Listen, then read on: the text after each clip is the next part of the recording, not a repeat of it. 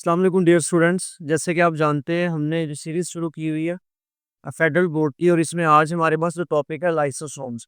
हमारी जो last video थी उसमें हमने गोल्जी ऑपरेटर्स के बारे में डिस्कस किया था कि गोल्जी ऑपरेटर्स क्या काम करता है। और उस लेक्चर के अंदर हमने जिस चीज़ को डिस्कस किया था वो एक्चुअली हमने इस गोल्जी ऑपरेटर्स के एक मैकेनिज्म को डिस्कस किया था।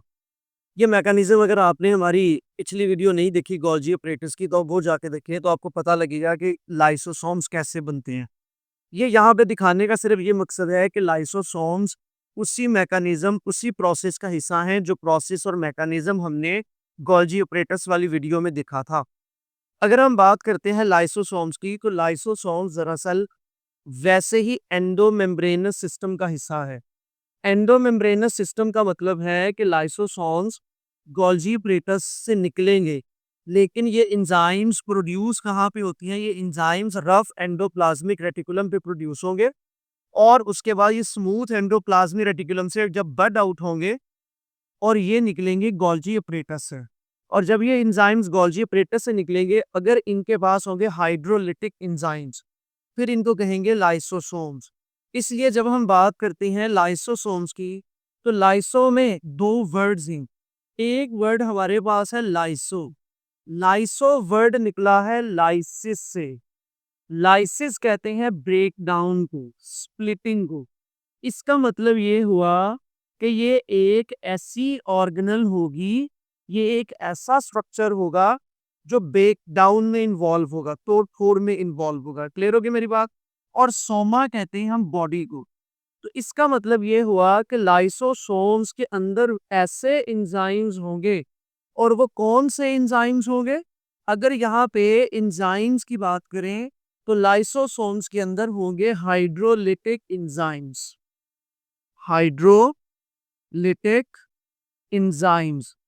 हाइड्रोलिटिक एंजाइम्स ऐसे एंजाइम्स होते हैं जो मटेरियल की हाइड्रोलिसिस करते हैं, ब्रेक डाउन करते हैं, बिग मॉलिक्यूल्स को छोटे मॉलिक्यूल्स के अंदर तोड़ देते हैं। जैसे आप यहाँ पे देखें तो मैंने ये कहा कि लाइसोसोम्स के अंदर पहली चीज कि ये होगी सिंगल मेम्ब्रेन बाउंडेड स्ट्रक्चर्स। और क्या ये लाइसोसोम्स पहले से सेल्स के अंदर मौजूद होंगे? नहीं। लाइसोसोम्स एक्चुअली गोल्जी ऑपरेटस से जो प्रोडक्ट निकल रही है, ये उस प्रोडक्ट से निकलेंगे। और ये कैसे होते हैं? ये लाइसोसोम्स आपको मिलेंगे स्फेरिकल वेसिकल्स की फॉर्म में। ये स्ट्रक्चर मैंने यहाँ पे दिया है, आप स्ट्रक्चर को देखिए तो ये स्फेरिकल एक लाइसोसोम्स का स्ट्रक्चर है। अब ये एक वेसिकल का स्ट्रक्चर है, आप इस स्ट्रक्चर को देखें तो ये एक वेसिकल का स्ट्रक्चर है। इस वेसिकल के आउटसाइड एक मेम्ब्रेन है। ठीक है, ये लाइसोसोम का स्ट्रक्चर है। अब ये जो मेम्ब्रेन होती है ये लिपिड बाइलेयर होती है। जैसे जो हमने प्लाज्मा मेम्ब्रेन की मेम्ब्रेन देखी थी, वही मेम्ब्रेन यहाँ पे आपको मिलेगी। अच्छा, ये इसके इनसाइड जो एंजाइम्स होंगे that will be called as hydrolytic enzymes. जब ये हाइड्रोलिटिक एंजाइम्स हैं और ये ब्रेक डाउन करने वाले एंजाइम्स हैं, तो फिर ये जो लाइसोसोम्स होते हैं, इनका जो मेजर फंक्शन होता है लाइसोसोम्स का, इनका मेजर फंक्शन होता है इंट्रासेलुलर डाइजेशन। एक चीज आपने क्लियर कर लेनी है कि इंट्रासेलुलर डाइजेशन इनका मेजर फंक्शन है। अब अगर हम लाइसोसोम्स की बात करें तो they are involved in the digestion of substances. यहां पे मैं एक वर्ड लिखता हूं कि lysosomes. Lysosomes digest almost all type of macro molecules inside the cell। Cell के अंदर ऑलमोस्ट जितने भी मैक्रो मॉलिक्यूल्स होते हैं, लाइसोसोम्स उनको डाइजेस्ट कर देता है। इसका मतलब है कि कोई भी मटेरियल जो सेल के अंदर जाएगा, उसको डाइजेस्ट कौन करेगा? उसको डाइजेस्ट करेगा हमारे पास लाइसोसोम्स। एक स्टेटमेंट आपने याद रखनी है, और वो स्टेटमेंट आपको हेल्प करेगी to memorise the function of lysosome. For example, मैं यहाँ पे लिखता हूँ कि anything anything that gain entry inside this cell. कोई भी चीज जो सेल के इनसाइड एंट्री गेन करेगी will be immediately engulfed and digest by lysosomes. So, what is their main function? इनका जो मेन फंक्शन है कि कोई भी चीज जो सेल के अंदर एंट्री गेन करेगी वो उसी वक्त लाइसोसोम्स उनको जकड़ेंगे और वो क्या कर देंगे, उसको डाइजेस्ट कर देंगे। जैसे मैंने ऊपर बात की कि इनका जो काम होता है with the help of hydrolytic enzymes, इनका काम होता है कि they are involve in the splitting in the break down of material.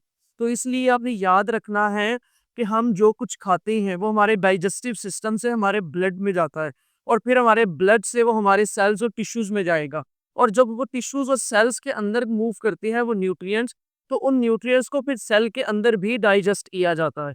जैसे बिगर लेवल के ऊपर हमारा डाइजेस्टिव सिस्टम, हमारा स्टमक, हमारा इंटेस्टाइन डाइजेस्ट करता है, लेकिन स्मॉलर और सेलुलर लेवल के ऊपर हमारे सेल्स भी डाइजेशन करती हैं। न्यूट्रिएंट्स का इनटेकिंग उनको डाइजेस्ट करेंगे और फिर उसका जो मेटाबॉलिक प्रोडक्ट्स का वेस्ट होगा वो उसको यहाँ से रिमूव भी करते हैं।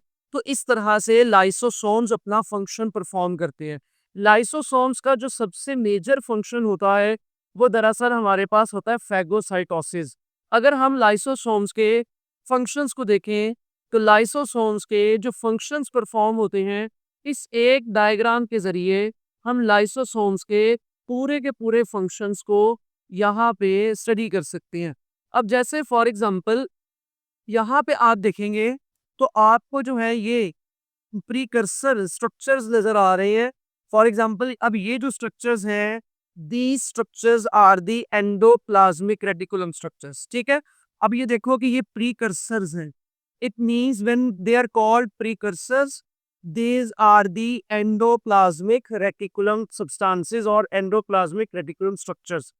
Endoplasmic reticulum structures are producing some enzymes, especially they are produced at RER and they will be bud out from SER, smooth endoplasmic reticulum, और फिर ये स्मूथ एंडोप्लाज्मिक रेटिकुलम से they will transfer from the Golgi apparatus। और अब यहाँ पे देखो precursors processing. मैंने अपने लास्ट वीडियो में आपको गोल्जी apparatus के बारे में बताया था कि Golgi apparatus actually the modification house of the cell, कि गोल्जी apparatus कुछ बनाता नहीं है, एक्चुअली वो produced material that is produced from the endoplasmic reticulum, उस मटेरियल को ये क्या करेगा, ये प्रोसेस करेगा। और जब ये उसको प्रोसेस करेगा तो ये क्या करेगा, अब अगर इस प्रोसेस के दौरान ये जो वेजिकल बनता है, अगर इस वेजिकल के अंदर हाइड्रोलिटिक एंजाइम्स होंगे तो फिर यही वेजिकल कहलाएगा लाइसोसोम। तो इसका मतलब ये हुआ कि लाइसोसोम की कोई स्पेसिफिक कैटेगरी नहीं है। लाइसोसोम्स को जो हमने इंट्रोड्यूस किया है या इसको जो नेम दिया है वो इसको दिया है on the basis of its functions, on the basis of the enzymes that lysosome is carrying. For example lysosome is carrying phosphatases enzymes. यहाँ पे मेरा एक सवाल है आप लोगों से, नेचर ऑफ लाइसोसोम। अगर आप मुझे ये बताओ कि वो जो material nature that is present in lysosome, उसकी नेचर एसिडिक है या बेसिक है?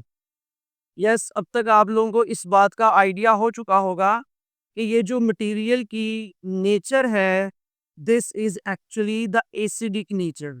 सो the enzymes that are present in lysosome they are acidic enzymes, और ये तीन मेजर फंक्शंस परफॉर्म करते हैं।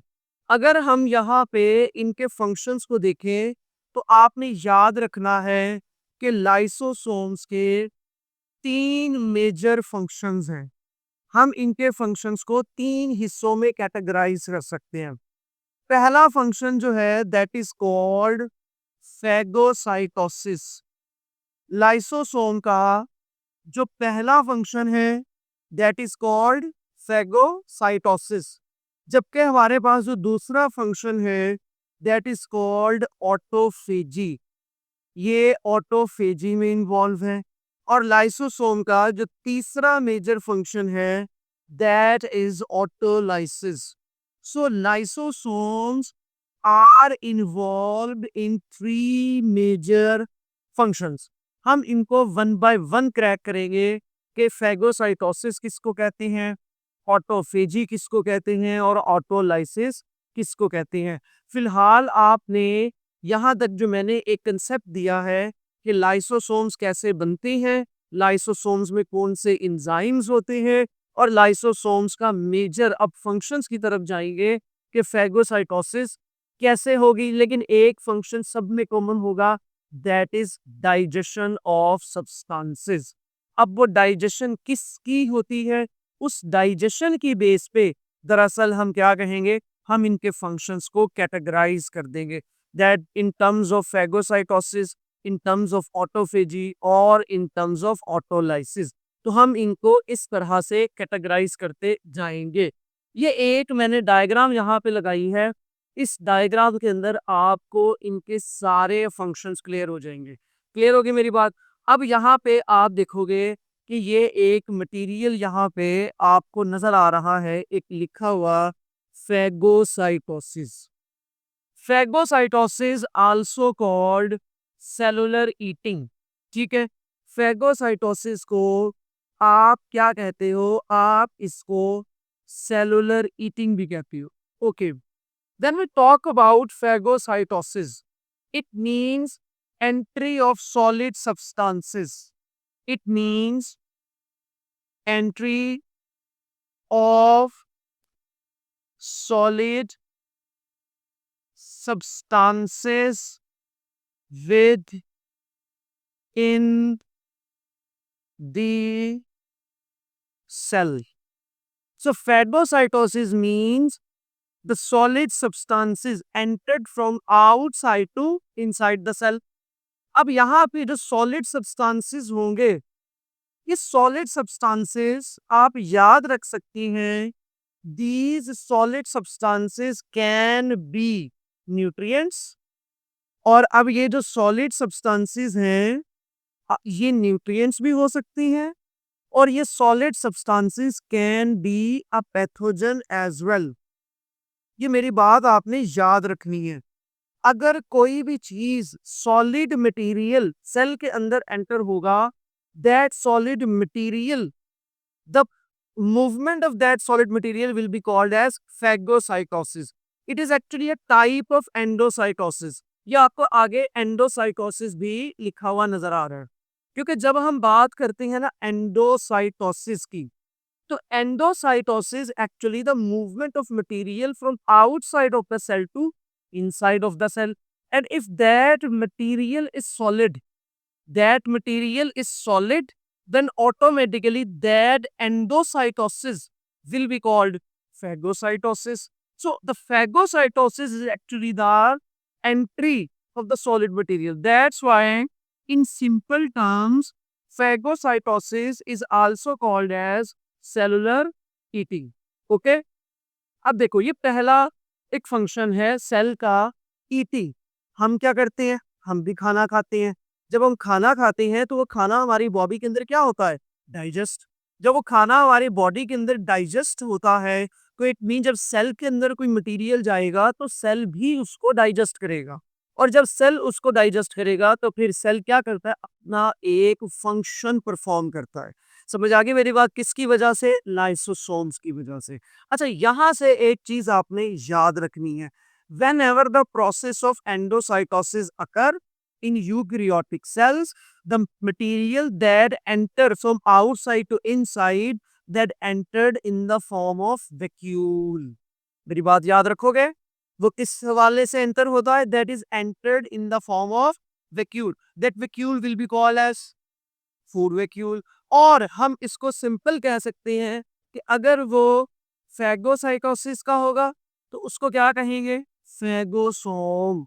क्योंकि सोम किसका मतलब क्या था, सोम का मतलब था बॉडी, ये देखो यहाँ पे मैंने बताया था, सोमा वर्ड बॉडी, सोम किससे निकला? सोमा से। तो इट मींस फेगोसोम।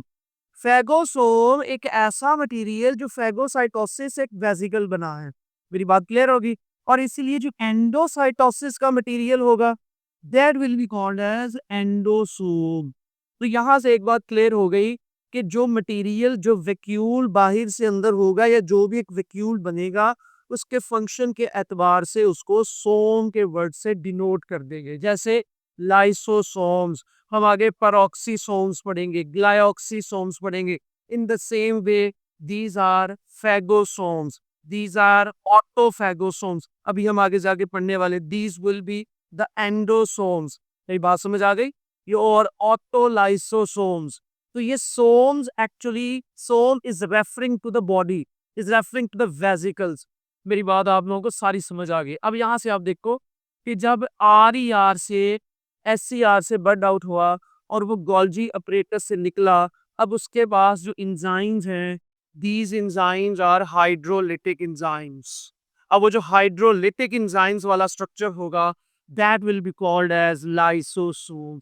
और चूंकि ये इनिशियल लाइसोसोम है, सबसे पहला लाइसोसोम है, so this lysosome will be called as primary lysosome. इसको हम क्या कहेंगे? इसको हम प्राइमरी लाइसोसोम कहेंगे। और ये प्राइमरी लाइसोसोम का काम क्या है? इस प्राइमरी लाइसोसोम का काम तो वही है जो मैंने आपको इस वीडियो के शुरू में बताता आ रहा हूं, कि प्राइमरी लाइसोसोम और लाइसोसोम का फंक्शन है डाइजेशन। अब लाइसोसोम फॉरन इंटरेक्शन करेगा किसके साथ? फेगोसोम के साथ। किसके साथ इंटरेक्शन करेगा? फेगोसोम के साथ। क्यों? क्योंकि फेगोसोम के पास क्या मौजूद है? फूड। फेगोसोम के पास आपको ये पर्पल कलर की नजर आ रही है, ये क्या मौजूद है? फूड। तो lysosome, they will interact with this phagosome and they will digest this phagosome, और they will digest this food that is present in the phagosome. मेरी बात आप लोगों को सारी समझ आ गई है? और वो जो डाइजेशन के बाद जो मटेरियल बनेगा, that will be called as secondary lysosome. उसको हम क्या कहेंगे? उसको हम कहेंगे सेकेंडरी लाइसोसोम। तो ये जो एंजाइम्स है ना, देखो, इन एंजाइम्स ने इस पर्पल कलर की फूड को क्या कर दिया? इसको डाइजेस्ट कर दिया। और फिर ये सेकेंडरी लाइसोसोम सीधा जो वेस्ट होगा वो बाहर जाएगा। और जो वेस्ट बाहर जाएगा, यहां पे देख लो, उस एरो को बेशक छोड़ दो, सेकेंडरी लाइसोसोम सीधा एक्सोसाइटोसिस हुई और बाहर। और जो यूजफुल मटेरियल होगा, सेल उसको इस्तेमाल कर लेगा। इस तरह से सेल क्या करता है? सेल अपनी डाइजेशन पूरी करता है, अपने न्यूट्रिएंट्स को पूरा करता है, अपनी एनर्जी के लेवल को मेंटेन करता है by digesting all these type of nutrients. यहाँ पे देख लो, एंडोसोम का भी यही काम हुआ और एंडोसोम्स को भी डाइजेस्ट कर दिया गया। समझ आ रही? इसको कहते हैं फेगोसाइटोसिस। अब फेगोसाइटोसिस में मैंने यहाँ पे एक वर्ड लिखवाया है, और मैंने कहा कि फेगोसाइटोसिस में they can be the nutrients और these material can be the pathogens. Pathogens का मतलब है बैक्टीरिया। सपोज एक एग्जांपल देता हूं, bacteria. So the bacteria that will gain entry inside the cell, that will also digested with the help of lysosomes. Clear होगी मेरी बात? ये जो बैक्टीरिया है, तो इसलिए यहां से एक और मैं आपसे क्वेश्चन पूछ रहा हूं कि किन सेल्स के अंदर लाइसोसोम्स बहुत ज्यादा होंगे? किन सेल्स के अंदर लाइसोसोम्स बहुत ज्यादा होंगे? ऑटोमेटिकली आपका आंसर हो जाना चाहिए sir, WBCs, white blood cells, because white blood cells are our immune cells. They are continuously targeting specific type of bacteria. तो जब वो बैक्टीरिया की फैगोसाइटोसिस करेंगे, अगर मैं इससे भी और प्रिसाइज करूं, with in white blood cells किन सेल्स के पास लाइसोसोम सबसे ज्यादा होंगे, तो आप उन सेल्स पर फोकस करें जो वाइट ब्लड सेल्स के अंदर फैगोसाइटोसिस करते हैं। यस, आपको पता होना चाहिए कि जो सबसे पहले न्यूट्रोफिल्स होते हैं, वो जाके बैक्टीरिया को खाते हैं। तो इसलिए वाइट ब्लड सेल्स के अंदर सबसे ज्यादा लाइसोसोम्स होंगे और वो सबसे ज्यादा मटेरियल को डाइजेस्ट करने वाले होंगे। मेरी बात आपको क्लियर होगी? So first function is the phagocytosis. Okay, so next function is autophagy. Let's move towards the Next one, and that is autophagy.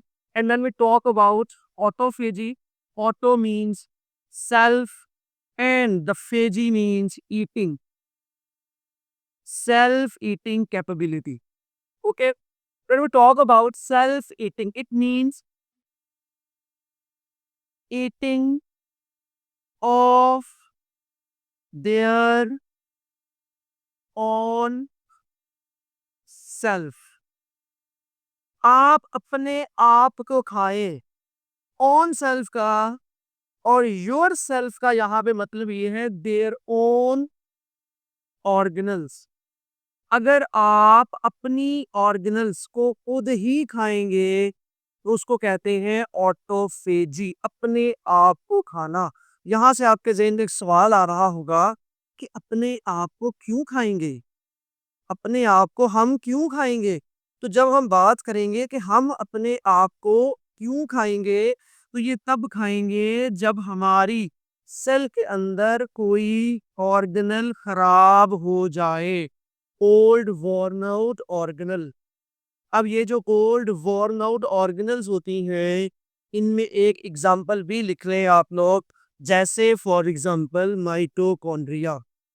अब माइटोकॉन्ड्रिया ही क्यों पढ़ते हो आप लोग?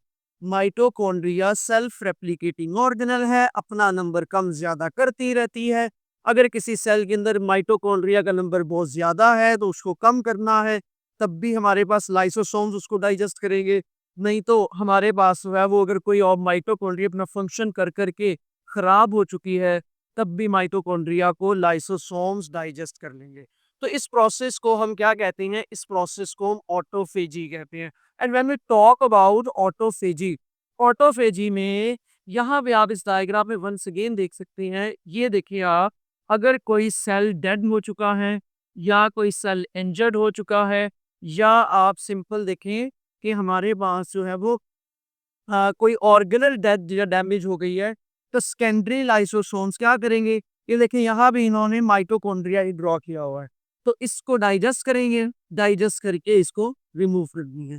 तो सेल इस चीज को भी मेक श्योर करता है कि कोई ऑर्गेनल अगर यूजलेस हो चुकी है, नॉन फंक्शनल हो चुकी है, तो फिर उस ऑर्गेनल को हम क्या करें? उस ऑर्गेनल को वहां से रिमूव कर दे, ताकि उसकी जगह एक नई ऑर्गेनल आ जाए और सेल का फंक्शन डिस्टर्ब ना हो। इस प्रोसेस को कहेंगे ऑटोफेजी। अच्छा, यहाँ पे आप देखोगे थोड़ी सी, इस डायग्राम में मैं डिटेल थोड़ी सी बता दूं।